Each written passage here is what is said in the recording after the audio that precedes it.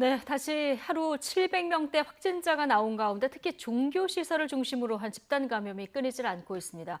전파력이 높은 변이 바이러스 확산도 걱정인데요. 자세한 소식 현장에 나가 있는 취재 기자에 대해서 조금 더 자세히 들어보겠습니다. 김철희 기자.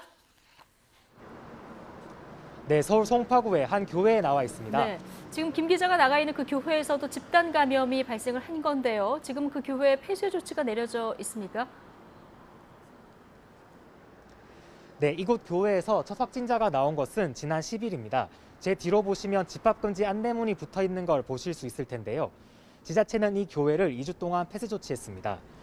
구청 관계자는 원래 오늘까지인 폐쇄 조치 기간을 더 연장하는 방안을 적극적으로 검토하고 있다고 밝혔는데요. 오늘 0시 기준 이곳 교회 교인의 가족 2명이 추가 감염돼 현재까지 이곳 교회 관련 누적 확진자는 모두 31명이 됐습니다. 지난 10일 교인 1명이 처음 확진 판정을 받은 뒤 지역 감염으로 확산한 것으로 조사됐습니다. 제한적으로 예배가 계속되는 가운데 전국 곳곳의 종교시설에서 집단 감염 사례가 이어지고 있습니다.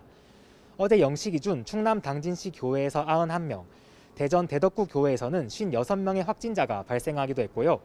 대구 달성군 이슬람 기도원에서는 라마단 행사에 참석한 신도가 확진 판정을 받아 지금까지 71명이 확진됐습니다. 종교시설 집단 감염 숫자 자체도 늘고 있는데요.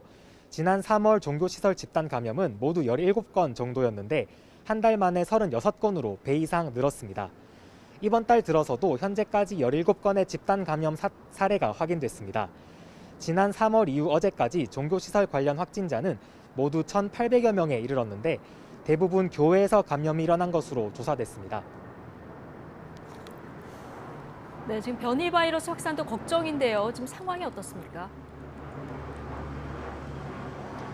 네, 그렇습니다. 경기도 광주시 선교센터 집단 감염과 관련해 어제 추가 확진자 1명이 되면서 총 31명이 됐습니다. 이 가운데 3명이 영국발 변이 바이러스에 감염된 것으로 조사됐고 나머지 인원도 역학적으로 관련성이 있는 것으로 분석됐습니다. 변이 바이러스 확산 속도도 빨라졌는데요. 최근 일주일 동안 277건의 변이 바이러스 감염 사례가 나와 지난주보다도 30명이 늘었습니다. 또 확진자 가운데 무작위로 뽑아 확인했더니 36%가 변이 바이러스에 감염된 것으로 나오기도 했습니다. 일주일 만에 14%포인트가 높아진 수치입니다. 지난해 10월 이후 현재까지 확인된 변이 바이러스 감염 사례는 모두 1,390건입니다. 이 가운데 영국 변이 바이러스가 1,147건으로 가장 많았고 남아공, 인도, 브라질 순이었습니다. 방역당국은 변이 바이러스 발생과 전파 상황을 면밀하게 살피고 선제적 검사 대상을 늘리는 등 관리 감독 강화 조치를 계속하겠다고 밝혔습니다. 이와 함께 종교 활동을 최대한 비대면으로 해달라며 마스크 착용과 적정 인원 관리 등 기본적인 수칙도 준수해달라고 말했습니다. 지금까지 서울 송파구에서 YTN 김철입니다.